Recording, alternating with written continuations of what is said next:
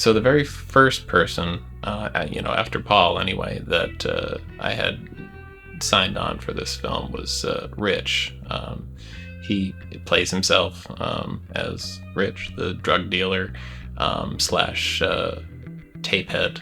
I am Rich, my given name, in Wasterville. I am a pervert and a drug dealer. Not so far off from real life, although I'm not a drug dealer.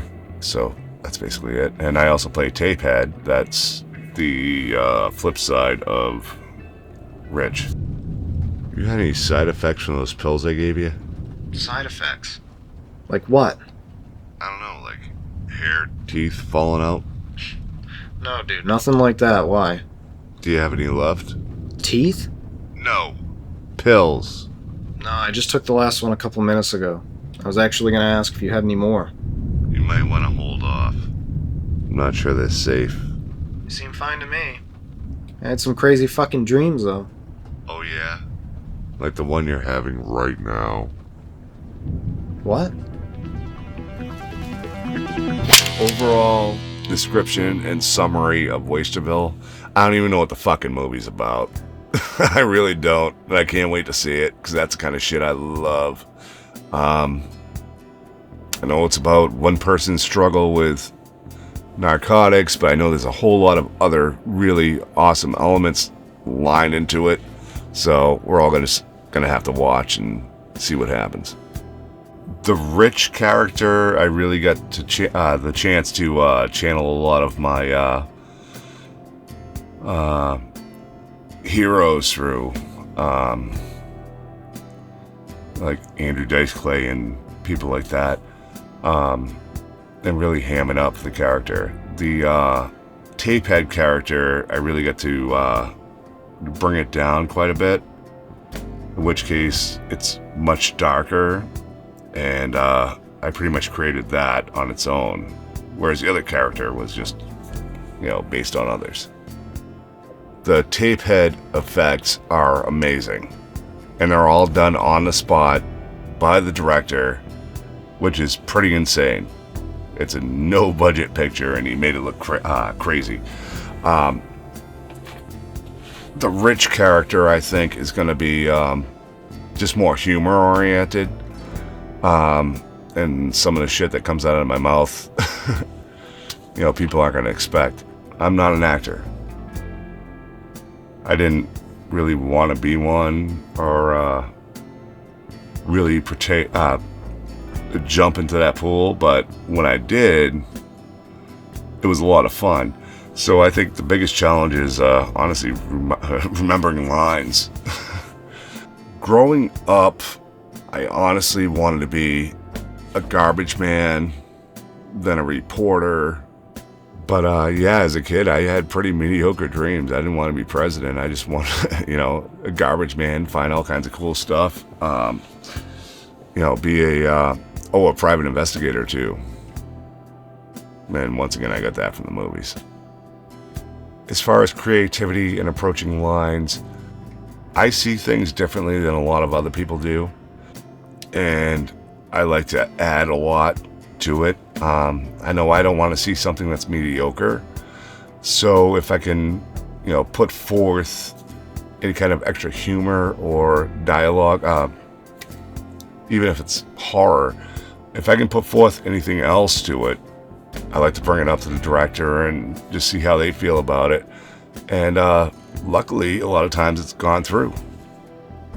Being a creative consultant is awesome because you only do a minimal part of the work, but you get to make other people's work explode and make it so much better.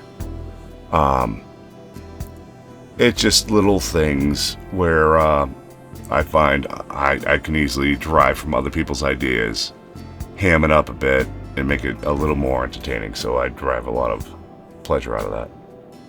Honestly, my favorite moment working on a set of Wasterville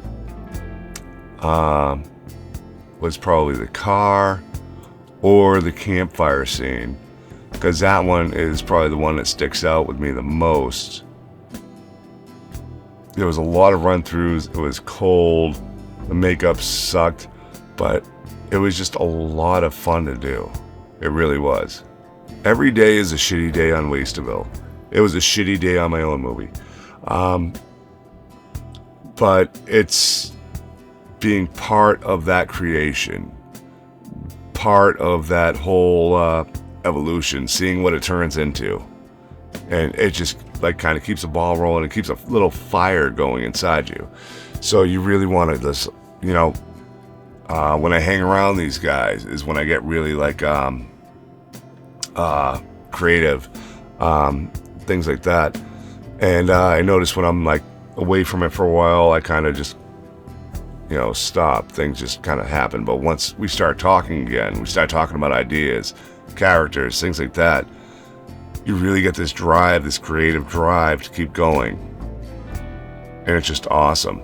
And as hard as it is, and as, you know, painful as it can be sometimes, it's just doing it, you feel good. You want to keep creating and going and everything else. So my movie, Amityville Trailer Park, there's a ton of spoofs coming out. I hit the bandwagon late, I guess.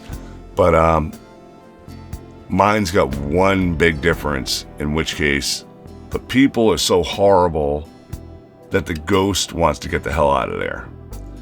So, yeah, it was a lot of fun to make. It's been a real pain in the ass to edit, because we keep coming up with new ideas and adding new effects and things like that, and shooting new scenes. It's been about 3 years in the making, but yeah, hopefully check it out. It's gonna be fun.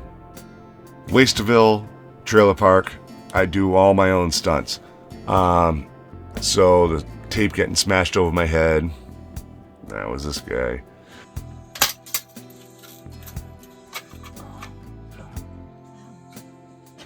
I absolutely can't pick a favorite movie.